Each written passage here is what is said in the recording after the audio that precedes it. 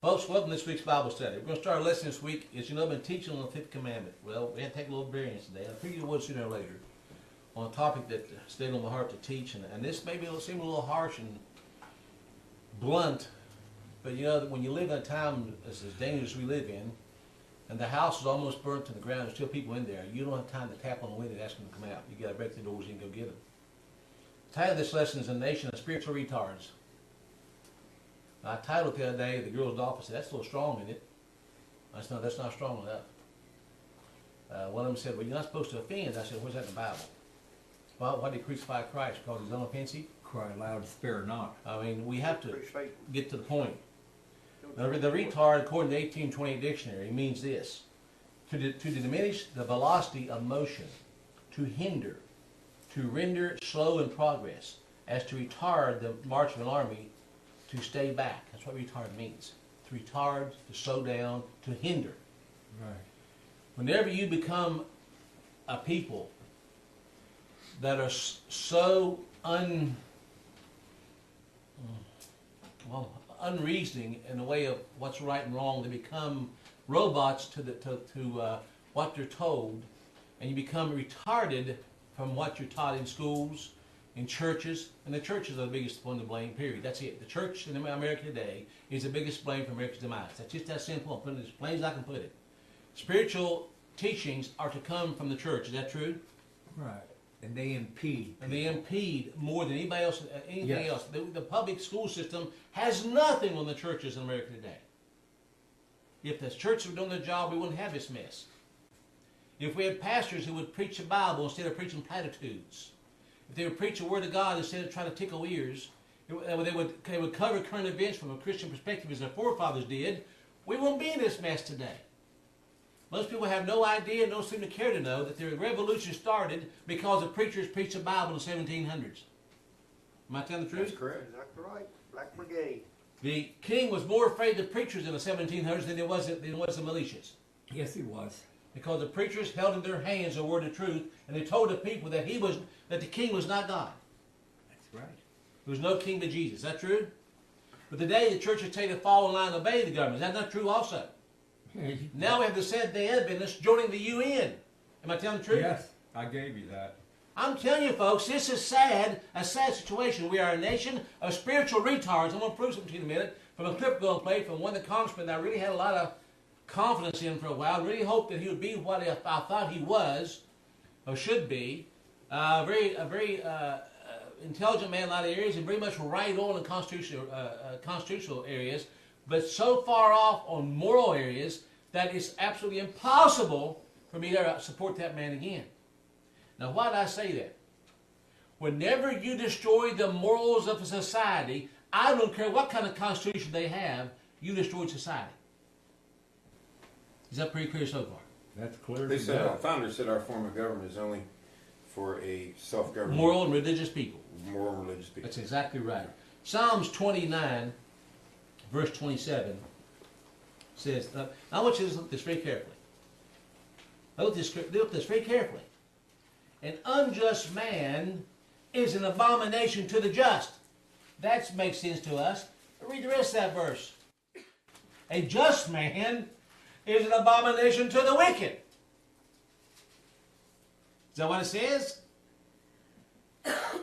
And he that is upright in a way is abomination to the wicked. Yes. You understand what I just told you? Which one is it? Verse 27, Psalms 29. I'm I'm sorry, Proverbs. I'm Yeah. sorry, Proverbs 29, excuse me. Verse Proverbs 27. 29, verse 27. Now listen, let me read it to you one more time.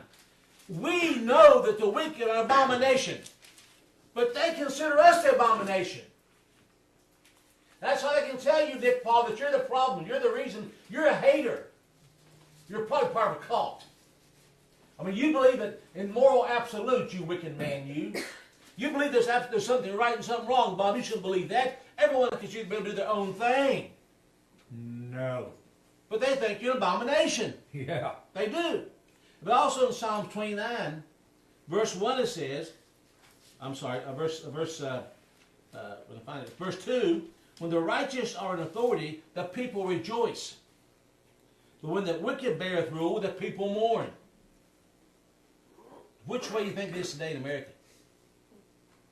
So 29:2 said it pretty clear, did it not? I mean, Proverbs 29:2 said it pretty clear. But not all the people mourn. No, they don't. No, they don't. And more are mourning less. Let's go to Proverbs 14. I've got to make quite a few points before we get ready into the lesson itself. Proverbs 14.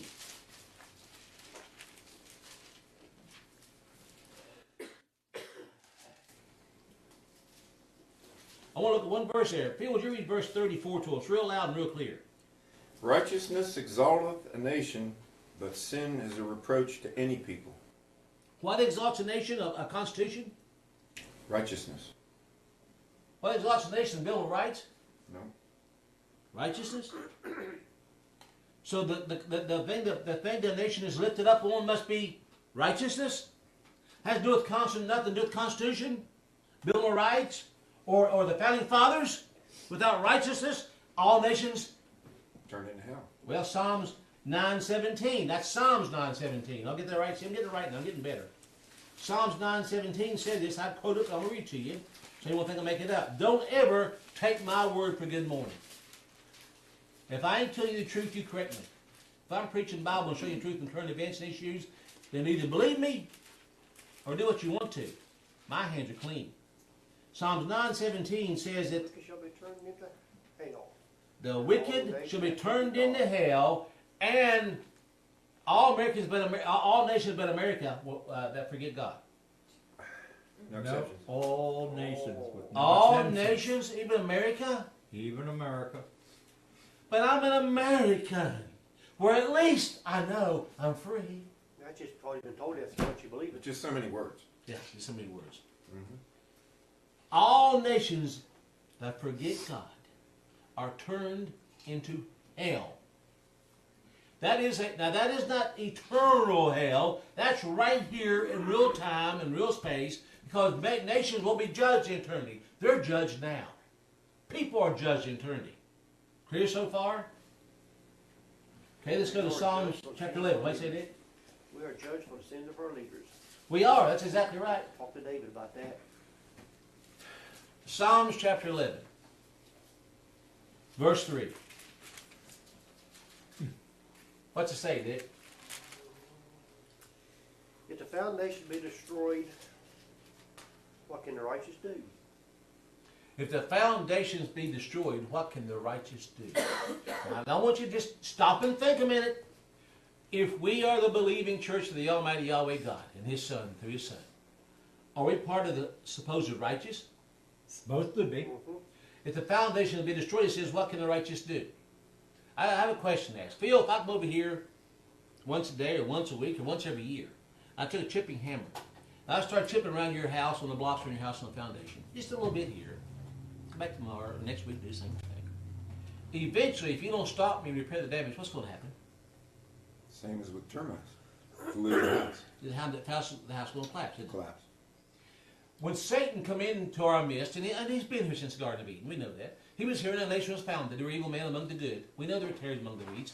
But if we do not root out that evil and repair the damage, what will happen to a nation's foundation eventually? They'll And then- crumble. It'll crumble. Then what will happen to the nation itself? It'll fall. Is that biblical? Is that biblically solid teaching so far? Also architecturally. Yes. And it won't run on cruise control. You can't just set it and forget it. Good point. You have to continually reevaluate and repair what's been damaged. And again, I compare it to growing a garden. How many of you have ever raised a garden? Mm-hmm. You weed it once, you're done with it, right? Not hardly. No, you have to weed it twice. Continue. Every day almost, right? Roundup. Roundup. Yeah, Roundup. Roundup killed us, sure. They need poison. But taking care of a garden is not a one-time or two-thing or three-time thing. If you want the fruit of that garden, it's a continual weeding process, is it not? Maintenance. Maintenance. Well, In your personal life. Maintenance. Using Roundup is about the same thing as using a regulatory prayer. Yeah, it destroys everything. Yeah, it destroys everything. God Everything. destroys it. Now, in your personal life, this is a personal question to everybody in here. Even the ladies, I know they're not quite perfect yet, but I know you're close. But anyway, how many of y'all have got to, once in a while, examine yourself and take the weeds out? Oh, yeah. Anybody besides me? Frequently. As individuals, we have to do that, right? As families, we have to do that. As a nation, we should do that. Day away. When you ignore the weeds in your life personally, soon what takes over your life? Weeds. So what do you reap? Weeds. Boy, this is complicated, ain't it? You have to be a physics teacher to understand this, right, Phil? No, I don't think so. Simple so far? Hey, it isn't very. So if we would continually look back to our foundings, the scriptures, and our founding documents, and look back to them to reevaluate where we are today. A plumb line set back among us 200 years ago, right? A plumb line. Right. Why do you put a plumb line out, Dick? To know when you're off the mark. Now, why do you, over a 50-year period, we're only off the mark a half an inch? Where's it going to be in 200 years? The longer, the further. And Yeah. it progresses. Always. I give the example when they were, when the builder who was putting on this addition onto the old house that we're sitting in now, and I forget just how long it is. Actually, he was doing the whole house, and it's 53 feet long, and he had Pee Wee, who was his helper, mark all the floor joists, and so Pee Wee got out a tape measure. And he measured out 16 inches, and he made a mark and another mark. And then he got the tape measure again, 16 inches, put a mark and another mark. And I watched him, and I went to Will Shaw, the guy who was building. He was the head builder, and I said, Bill, I said, we got a problem. And he said, what? I said, well, I told him what the boy did and had done, and he said, yeah. He said, give him a 100-foot tape and have him mark it all. Each time a little bit off. You know, Like how The many- bottom- the 4x8 sheets yeah. wouldn't even be hitting the Wouldn't joists close. on the end, Yes. you know, and so that's how it is. A little bit here, a little bit there, pretty soon it's way out. Phil, look up Deuteronomy 28, if you don't mind. Now, I want to ask some questions and go along, and I want y'all's participation, if you don't mind. I really do. I want to ask you some questions. Deuteronomy 28, Phil, would you read verse 28 to us? The Lord shall smite thee with madness and blindness and astonishment of heart. He will smite you with what? Madness, blindness, and astonishment of heart. For what purpose will he smite us? What's the reason he smite us for that? You forget him, forget his loss. Madness is what? What would you call madness in today's slang, your terminology? Nuts. Nuts. Insanity. Yeah. Us make you insane. I preached before and said again, sin is insanity. Why in the name of God would you destroy your children through abortion except for insanity and greed? Why would you allow perverts in the schools to teach your children except for insanity and greed and apathy and ignorance? Why would you do it besides insanity? Sin creates insanity. It does create insanity. That's exactly right. Why do we tolerate this? Because we're insane as they are. I saw over the drugstore the other day. I saw something there. I was standing there in line to get a salve for a breaking I had on my neck, some kind of razor burn or something. But anyway, I stood there in line waiting. Looked up behind me and I thought, boy, that girl got pretty blonde hair. He turned around. I said, it wasn't a girl. It wasn't a boy either, I guess. Had on a red belt, tight jeans, black makeup around its eyes, and it was proud of it. In Somersville, West Virginia. Oh, yeah. Now, I got angry immediately. Not for me. I know better. But I had a young man come to Bible study week before last and went back and more on spec because he got angry because I preached this over there on some topics along as issue of perversion. I'm angry because a young man who is not a sodomite dog has been influenced to the point that he believes it's okay today because it's accepted in society as being normal. And now I showed you just last hour where now you can have multi-partners and it's considered normal. Our president just signed a bill that makes all perversion normal. Now I have a question to ask everybody here because everybody here I know is at least that smart.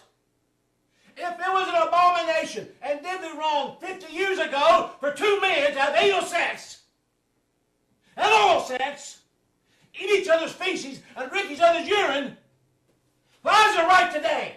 Were we wrong then or are we wrong now? Wrong now. You say you angry? You better believe I'm angry. I have 6 grandchildren that are being raised in a perverted nation. It was wrong You're 2,000 right. years ago. Yes, I'm angry. I'm angry to the point that I was stoned without batting an eye.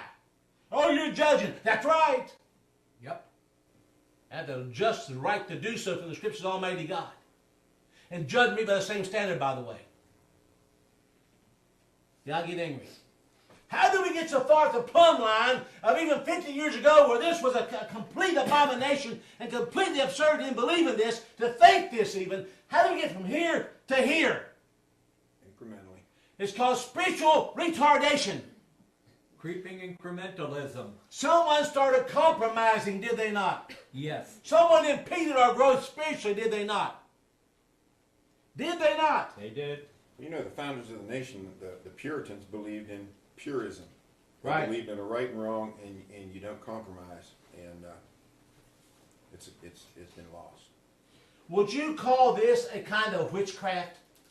Oh, absolutely. What is witchcraft, according to Samuel? Rebellion. Rebellion is a sin of witchcraft. Yes. And stubbornness is idolatry. Now, doggone it, I don't get too carried away already. I'm certain we're going to see already. Rebellion against what? Against what? What is the only thing that man can really rebel against, really, lawfully? Righteousness. The laws of God. That's it. You can rebel against a spoiled cup of coffee and get angry. I want demand, right? Hey, that's not rebellion. Rebellion that matters is rebellion against just laws of a holy God. That's rebellion in the eyes of Almighty God, right? And it's witchcraft. Yes. And stubbornness, which means you won't repent, is idolatry. Am I telling the truth so far? Have we become a nation of idolaters and witchcraft and witches? Oh yeah, just look around. Halloween. How did we get here? I'm going to show you in the Bible in Isaiah chapter 8, a couple verses. Now, I want you to look at this, and you say, well, this isn't happening in America. Let me ask you a question. I'm going to ask my brother. He's a real smart man. He's my brother. When preachers get behind the pulpit, they preach against the laws of God and tell you that sin's okay. Is that witchcraft? Is it? Is it blasphemy? Is it? Come on, let's talk a minute. Is it? It sure is. If I get behind the pulpit and tell you that it's okay if 2 men want to get married, or two young people, boys and girls, want to shack up, it's called fornication. We call cohabitation today. It sounds better, don't it? Doesn't it? We call it co-ed dorms. Right? Right. So up at West Virginia University, they're going to bring condoms to your room. I'm telling the truth on that. That was in Yeah. Charleston paper. Yes. When they preach I'm all right, you all right, and they're above preaching hell and damnation, there's a problem. There's a problem. Yes. Saying these things are okay is indeed blasphemy, because one of the major definitions of blasphemy isn't just yelling dirty things at our Creator. It's assuming His powers. His powers, some of His powers are to tell us what is sin and what isn't. That's right. And when we say, our leaders say, that's okay, and He said it's sin, they've assumed His power. That's exactly. But they become gods. Yes. And what is humanism? It's God. Man is God. Man is God. And that is witchcraft. And unrepentance is idolatry. Now, I'm going to make a point here. You say, well, in America, we're so far advanced, we wouldn't do what Israel did. We would never do these things. Isaiah chapter 8, verse 19. And when they shall say unto you, seek unto them which have familiar spirits, and unto wizards that peep, I mean, utter falsehoods, and that mutter, shall not a people seek unto their God, for the living, to the dead? They said, when they say to you, look to the wizards, look to the shepherds, to the pastors who practice witchcraft in a way of teaching against the laws of God.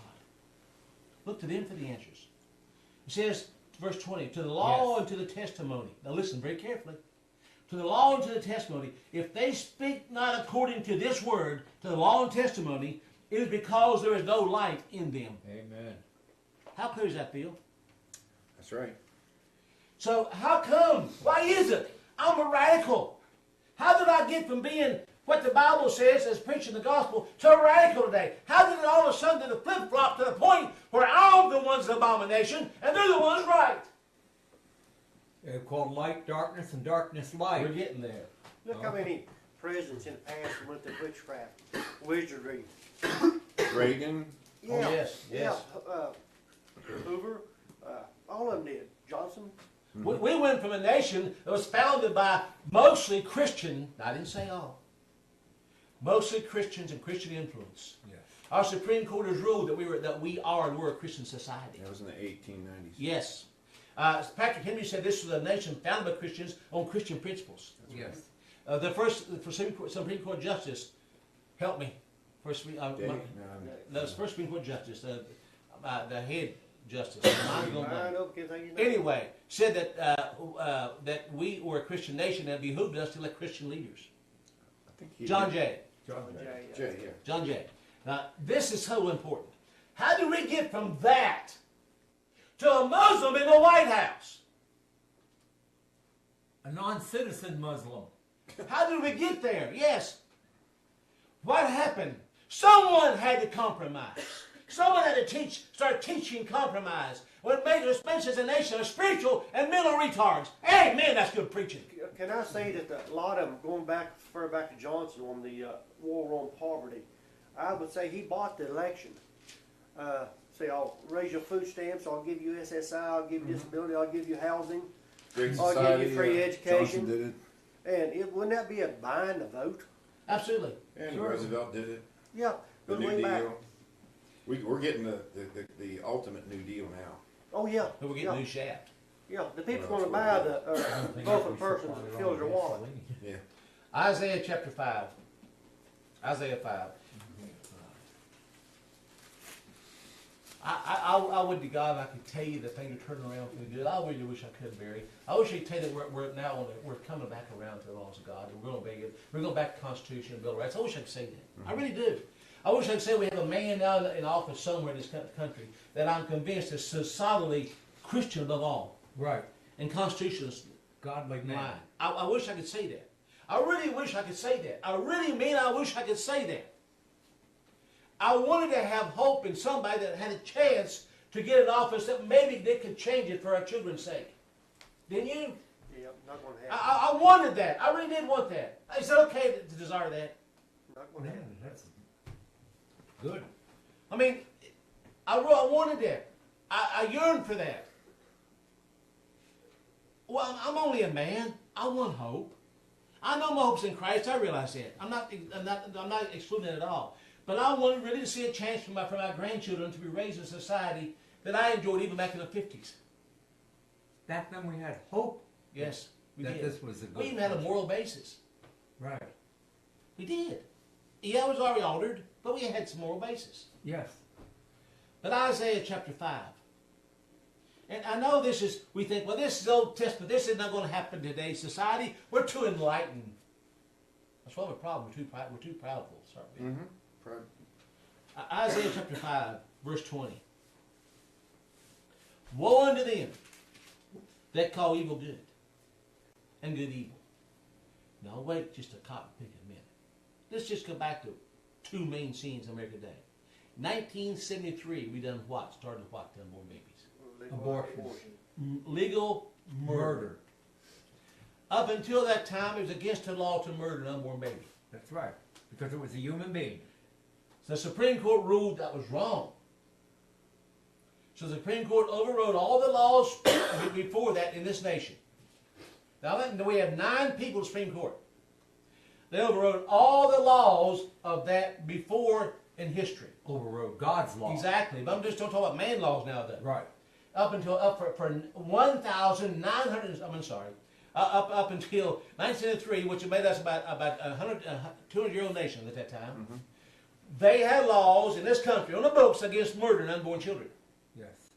9 people said that law is wrong. We're going to allow murder of unborn babies. Were we wrong for 200 years and just got it right in 1973? Or is it possible we were right for 200 years and got it wrong in 1973? The latter. In 1973, to think someone would ever come close to justifying perversion in the schools, in the churches, in society, where men would marry men, and you see it on videotape, two women kissing, people applauding while the preacher's trying to preach. In 1973, that would have been cast aside, ridiculed, and they went to jail for it. They would have been tarred and feathered. So that's only been 34 years ago, 37 years ago, right? Yeah, 36. My question is, were we wrong then by not allowing it, or are we right now? Or is it vice versa? Tell me. Are we calling good evil, evil good? When did it change? Who changed the standard? Step by step. Who has the authority to change the standard? The Supreme Court? Yahweh. The legislature of the states has the authority, No, right? they do not. The churches do. No. Then how in the hell did we get here? Apathy on the church's behalf. Now, if I preach this in most churches today, what would they do to me? Hit the road, Jack. You would be given a ticket on a rail, probably. Then am I preaching anything that's not biblical? Am I? Now, is there anything I preach that I can't prove? No. Well, you also have to look at time a lot, too. At that time, there was enough people that changed their mind, and they got a government, and his light was on the outside. Even though he's God's follower, the whole country was, I reckon, pushed by Satan to do evil and stuff, and then God seen it, and then God came down and destroyed it. What he did what to him? He destroyed him. But he would do it to America, would he? Yes, he'd do it. Oh, yes, he will. Yeah. Isaiah, again, back to Isaiah 5. They put darkness for light and light for darkness. They put bitter for sweet and sweet for bitter. Woe unto them that are wise in their own eyes and prudent in their own sight. I did it my way. Would it be safe for me to say that, and I'm talking now to the so-called Christians, would it be safe for me to say that we started to trust ourselves more than to trust the laws of God? We changed gods. It says, In this country, God's in Washington, D.C. now. Scripture says, do not lean to your own understanding. That's right. That Yeah. means your own plumb line. That's exactly right. That means you don't see I'm a man to do what Now, I I've do. got another question to ask you. Did Almighty God move the plumb line? Hardly. Then all of a sudden, did he change his mind about sin that was sin 50, 200, 2,000 years ago? Then all of a sudden, did he say, oh, I was wrong, I'm going to move the plumb line? Did he? The same today, yesterday, and forever. Well, then, if he's not wrong, the plumb line never moved, and we're way over here, should we go back to the plumb line or try to compromise our way into justifying ourselves? What have we done? We tried to pull the plumb line our way. Exactly right. At one point, they found the law in the wall and Yes. went back to it. They Remember? did. They did. Yeah. Comments so far? Preach on. Need to repent and change. Amen. Repentance is the key word, 2 Proverbs 7:14. Isaiah 59. Y'all getting bored? Not yet. I'm not. Julie getting bored? Okay. Denise, you getting bored? If they are, Is pound it. Kathy still awake? Oh, yeah. They get bored, pound the table a little more, but Okay. I can't help but get excited and angry. I can't Yeah. help it. I don't know how to explain it. If you don't have it in you, I can't explain it to you. But there's a creature inside me, a being, a living entity that bulls up inside me like a spring that just erupts. If I try to hold it back, I'd blow up. Don't blow up. They won't blow up. Didn't Obama's God ride to heaven on a white horse? Yeah, well, you saw the picture showed Obama the white horse behind him. Yeah. Yeah, Muhammad yeah. had a white horse. Yeah. Yeah, Yeah, rode it was heaven on a horse, white yeah. horse. Yep. Isaiah 59. it was named Barack. That's right. He wasn't in Barack. That's right. Isaiah 59. Just a couple verses there. Catch your breath here and calm down a minute. Deep My breathing. blood pressure is high. Doc's off today. Blood pressure is a bit high, so I got to need to calm down. Isaiah 59, verse 12. Which one? Verse 12. Isaiah 59. For our transgressions are multiplied before thee, and our sins testify against us. For our transgressions are with us, and as for iniquities, we know them. I got to stop here a second. I know there's some people that become so deprived in their mind because Romans chapter 1 says it happens. They're given a reprobate mind. That's true, right? Right. They no longer know good from evil. Conscience is They become reprobate. They can no longer even reason good and evil. I know that's true. But as a whole, even in America, do not most people know that abominations are abominations? in their hearts they do. They don't want Sure. to acknowledge them publicly. Now, that's the whole point. When they know it's evil and don't speak out, are they complicit with evil? Accomplices. Just Accomplices. doing my job. Just doing my job. So, Yeah. on the day of judgment, I got to do this one day in another teaching. In Revelation chapter 3, Christ said, "Come back." And those that are lukewarm, I'm going to spew them out. I looked up the word lukewarm in the dictionary, just to make sure I had it right. You know what lukewarm means? Indifference. Complacency. Complacency. Don't care either way. So when they come back for the church, they're just playing the little games and waiting for the rapture. He's going to vomit them up. He said, "I want you either hot or cold." He took Paul, who was on the wrong side, and at least he could work with him. Exactly. Because he had a zeal for righteousness. He converted him and changed him the right way. But he's not come back for a church who is quiet in the face of evil. He is not coming back for a whore. He's not coming back for somebody who's in bed with a whore or compromised with a whore. He's not going to do it. Now that's his word, not mine. We know our iniquities. We're not that stupid as a nation. We know them. We just condone them because the ball game's on. Go along to get along. Don't rock the boat. Any comments so far? Like if a guy out Valley Head, we all know, that grew up here, said, "Oh, I was going to go to your church," and state police said, "They're watching you off and stay away from you." I wish you'd come watch us some more. How come you don't hear this preached in the majority of mainline churches? Have they been bought by 501c3 tax exemptions or something? Yeah, the Well- pews are padded. That, and, the pews would be empty and they'd lose their salary. Verse 13, in transgressing and lying against the Lord, departing away from our God, speaking of oppression and revolt. Revolt against who? Him. Yahweh. Conceiving and uttering from the heart words of falsehood. From the heart. They're sincere. And judgment is turned away backward. And justice standeth afar off. For truth is fallen in the street. Iniquity cannot enter. Now listen to me very carefully. Remember Richie in Proverbs Proverbs 29:27, where the wicked are abomination in our eyes, or abomination in their eyes, right? Yeah. Listen very carefully.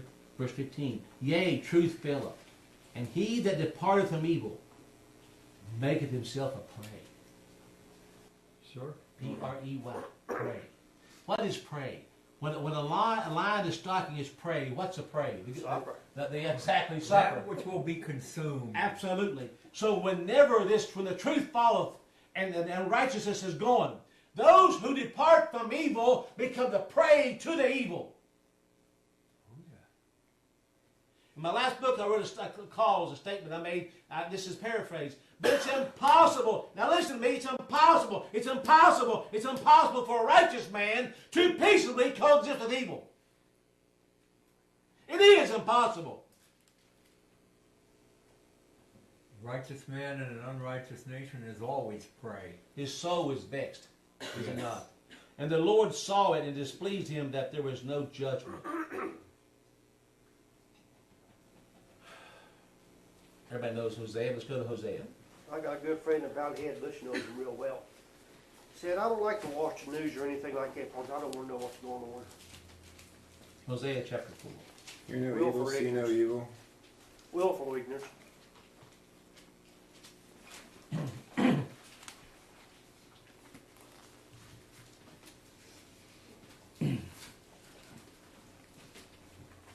Aren't you glad I don't preach from sitting down? Hosea Aren't you was, glad I stay calm when I'm sitting down for you? Hosea was the prophet that was instructed by the Creator to marry a whore to show the people what they were doing. Exactly right. Yes. Hosea chapter 4, verses we've all seen many times. You know, what I'm going to expose in a minute on a clip we're going to play. I did it on the radio here a week or so ago. It broke my heart. I can't explain to you how heavy my heart is sometimes when I have to preach messages like this. It certainly don't give me very big paychecks. At least not in this world. But folks, I have to ask you this with all my heart as a pastor and a brother and a friend. If I knowingly hold hands with evil, can I remain pure? No. If I compromise with someone just because he's the best of the lot, does that make him righteous or me righteous? No. He can't be in outward rebellion to God's laws. Yeah. He's not perfect. He may not be perfect. No one's perfect. And you can, but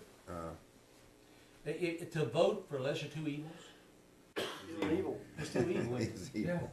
No question. Hosea chapter 4. Compromise right, then it ain't right. That depends on his state of mind too, whether he's on the, trying to ask for forgiveness for what he's done. Yeah, if you ask for forgiveness, try to live righteous is one thing. But to knowingly do evil and uphold it is sin. It really is. I don't care who it is. Yeah.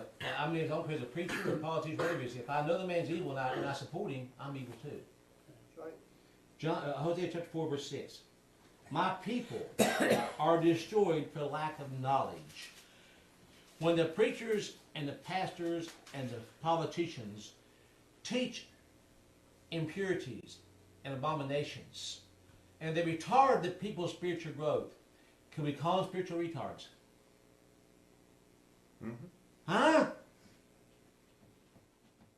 So is it wrong to call some nation spiritual retards? No. No, it's right. I'm part of it. I'm a victim of it. Have been for years. Yes, I'm coming out of it, but I'm still a part of it. Not wrong speaks truth. If we were where we're supposed to be, we've been in the streets 100 years ago. We're doing the so-called Civil War. Yeah. We'd be in prison right now. We're dead. Right? Because thou hast rejected knowledge, I will also reject thee. I ain't one saved, all saved, is it? Don't sound that way. And thou shalt be no priest to me, seeing thou hast forgotten the law of thy God. This is the part that breaks my heart. I'm going to forget your children. I don't like that verse. Can I throw it away? Can I say that we are the children? Yes, we are. And our children is our children. And right on. He shall visit the iniquity of the fathers unto the children, third and fourth generation. As they were increased, the more they prospered, the more they sinned against me. That wouldn't be us, though, would it? America's prospered more than That any wouldn't other be us. nation. We wouldn't be that stupid, Dick. We're too enlightened for that. Therefore, I will change their glory into what? Shame. Shame. Are we being shamed as a Putting nation? trust in their wallet. Is the world laughing at us today? We're the shame of the world. We are. We are. They eat up the sin of my people, and they set their heart on their iniquity. And there should be like people, like priests. What? Ooh. What? You mean the pastors and priests will lead them in a wrong way and they'll like it? And I will punish them for their ways, reward them for their doings. Now, what did I do with that? Mm-hmm. Yeah, well, That doesn't say that people will be like the priest leading the wrong way. The priest will change themselves to be like the sinful people. exactly right. What? Exactly Whoa. right.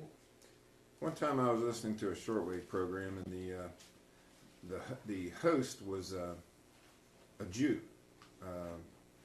and he was interviewing a Christian pastor, and he asked the pastor. He said, now tell me something. He said, if I don't accept Jesus Christ as my Savior, he said, does that mean I'm not going to heaven? And the man said, yeah, that's exactly what it means. And I thought, I was waiting for what this Jew was going to say, because he was not an Orthodox, he wasn't a Messianic Jew. And he said, I want to thank you. He said, I've talked to so many Christians who have said that I don't have to believe in Jesus Christ for redemption. He said, I want to thank you for being honest to your faith. Amen. And I was like, yeah, Do you remember John Hagee said on video that Christ was not the Messiah? sure did. He John did. Hagee said that. He did. Said there's a lot of messiahs. We are spiritually retarded. Now, I'm going to say this right now, we're going to move on. If you belong, I'm going to say this very slowly so you won't misunderstand what I'm saying.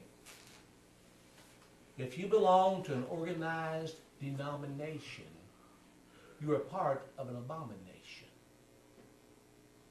Did I say that real slow and pretty clear? The big words even for me? If you're part of a 501c3 whore church, I don't care what they say they're preaching. That's an organization, and I proved to you last time we were here, it's registered as a state with as a business, and I proved that. You showed the business I license. showed the Yep. license of a church up in Ravenswood, Church of God, who's is a business license hanging on the wall. I showed it! Your church has it too! That's why you have trustees, because they take care of the money for a business. Businesses have trustees, not the church. Answering the trustees, the preacher, and deacons all registered at the courthouse. That's exactly right. That's why they're corporations, just like GM and Ford. This little And who church takes right over here. corporations? Who takes over corporations? The government did. The government Government, does. look. Got government motive. We have the church here in Somersville. We don't have checking accounts. Checking accounts are tracked, traced, and monitored. Am I telling the truth so far? Right. It is not anybody's business what the church does with Christ's money. That's right. Is that true? If I want to help you and give you $1,000 the church does, that's our business, your business, and his business, not their business. Right. They can take and put it where the sun don't shine. Yeah, I'm a hillbilly preacher. I don't care what you think. I do carry a gun. I'm ashamed of it. Yeah, I do. I'm not ashamed of it. You know, I'm going to say this humbly. I'd like to have 1,000 more like me. I'd like to have 50 in the state, each state. How about one for each county in the state? We'll preach the Bible, Bob. Would that be a change? Be changed. It wouldn't take a lot. Hey, a lot of people ask you, where you go to church at? We home church. Yeah. They kind of back off. They look like, That's where it started in the home, right? That's where it started in the book of Acts. It the went, preacher done me that way this morning. they went house to house preaching. Yep. Why? Because the synagogue kicked them out. Mm-hmm. Why do I preach at home? Where can I go to church? Well, sent greetings to the churches that were in your home. That's exactly right. Yep. The churches kicked me out. Had enough of you. You've been Yes, there they- before. yeah. Martin Luther done the same thing. Now, I've been asked to leave more one church. I was telling ladies coming across the road to preach up there one time at the Friendship Baptist Church up there in that's about it. I preached one time. They're having a homecoming. They didn't let me stay for dinner. That's That's pretty bad. I've even been asked to leave. Huh? And I was even asked to leave the church. That's time or pretty something. two. They must have known your appetite. Yes. Hebrews chapter 5. Paul writing, I assume Paul wrote the book of Hebrews. Nobody knows for sure, but I think Paul did. My opinion, $1 by a cup of coffee in the right place. But anyway, whoever wrote it is writing to the Hebrews. The Hebrews being the what? The chosen Chosen people. The chosen ones, the original ones chosen out of the Hebrews, to follow the Almighty. And they were given the law and the prophets, were they not? They were. Did Christ now look at them and say, of all the people in the world that should know who I am, you should know because we give you the law and the prophets. Did he not say He that? said That's that. right. They looked at the preachers of the day, the Pharisees, and said, you're the father of the devil. Did he say that also? That's what he Yes, said. he did. And but we have the law and the prophets. Well, we go to church. I'm a Methodist, I'm a Baptist, I'm a Pentecostal. That don't impress him that much. Called them whited sepulchres. Exactly right. I don't care where you go to church. If they're not preaching the Bible to you and telling you the truth, it's not the church. It's a social club. Yeah, they're bigger than this. They got a lot more money than we do. But that even proves even more than social clubs and whores. I saw a movie one time. I got a movie on, but I saw a movie one time. It stuck in my mind how it perverted some goodness in it. I thought it was a good show at the time I saw this. A guy married a young woman. And she died at a young age, worked hard. This is back in the 1800s, it was out west. And she died young because she really was a hard-working, virtuous woman. She died early. And one of his friends was a prostitute. And she was wealthy, lived in a big house. And she'd bring her daughter into the same trade. They looked at the man and said, if your wife would have any sins, she's still living today like we are today. You know what broke my heart? He had no answer. The world gave them great rewards, and she was dead. But you see, they were looking at finite things, temporal things. Monetary. Exactly right. But that really broke my heart. We saw that in that movie, and no one said anything against it. That's where it's saying the good die young. That's exactly right. Again, that goes to show the spiritual retardation. When people watch that movie, you thought, they're right. Young people, especially young people. And maybe I should. Yeah, maybe I should not be so rigid in what I believe. Yeah. Conditioning. But Paul was writing to the Hebrews here, and he said this as a way of slapping them in the face, get your attention. I'm going to say it right now to the churches. I'm going to say it real clear. I'm going to preach to you just like it is. Verse 12. Of chapter? Chapter 5. For when, for the time, ye ought to be teachers, ye have need that one teach you again, which be the first principles of the oracles, which means words of God. He's talking to the Hebrews, the ones who should know the gospel. He said, you should be teaching others, but I'm having to teach you the basics all over again. Yeah. Can I say that to the churches in America today?